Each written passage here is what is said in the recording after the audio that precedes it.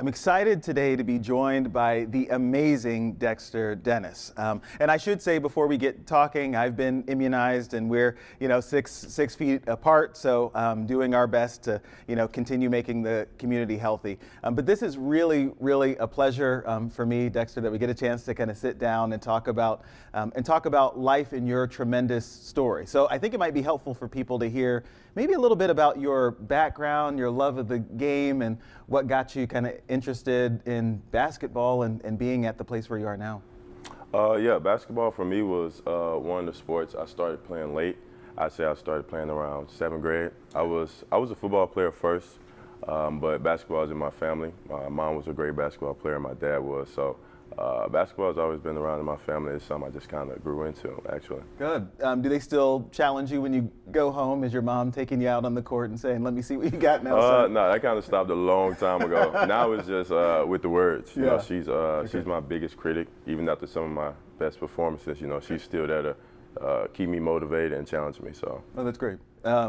So growing up, you said 7th grade, you begin playing, and I'm sure probably people started noticing your talent early on. What does that feel like to suddenly make it to the place where you're getting a Division I scholarship, which is kind of the 1%, maybe less than 1% of people who kind of make that strata of the stage that you're on?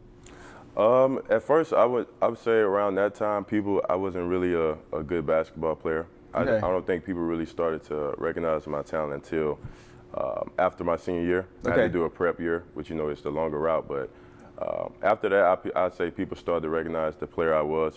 Just to be able to play at this level is, it's special because it is the 1% of the 1%. So me personally, I'm just trying to take advantage of every day. Take advantage of every workout, every practice, and just give it all I got because you don't know how long it's going to last. Sure. And Baker, Louisiana, that's where you're from, yeah? So pretty small town, too. So to be recognized in such a small place, was there some magic sauce? I guess your talent is probably it that made the difference, that shone the spotlight on you? I don't know, man. I don't know if it's magic sauce or anything. I just I stay connected to my family. All praise to God. I just keep working and I just put my head down and just keep believing. Yeah. And I think me and my family did the same thing, and that's why I'm here today. So I don't know if it's the magic sauce or whatever. That's wonderful. So 2019-2020, season, you guys are 9-1. You're getting a lot of accolades too for just the work that you're putting in and how good you're looking and the team chemistry. And then, it seems like out of the blue where, from the outside in, we're looking at a guy who's, pristine physical fitness, mental fitness, as far as we can tell from the outside. But then we hear the announcement that, hey, we're taking that Dexter Dennis has taken an indefinite kind of leave of absence. So can you take us through what got you to that moment, I guess? Yeah, pretty much around July of that same year. I started to have minor hip problems and back problems. So it first started off as something that was super just small or real just annoying every day at practice. And June, I'd say all the way to October. October is when our hours increased.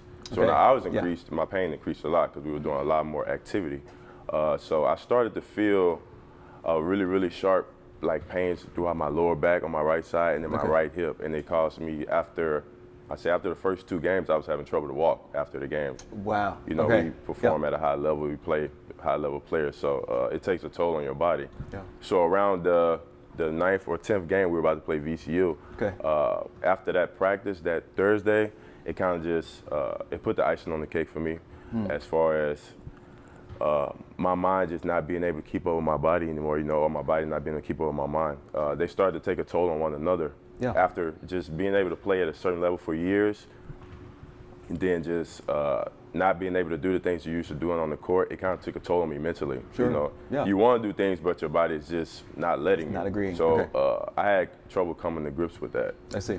Just being the player that I wanted to be for the team, for this university, for this community, it took a lot on me mentally, what I'm saying? But I do think my family, my friends, my teammates, and the coaches who were there for me.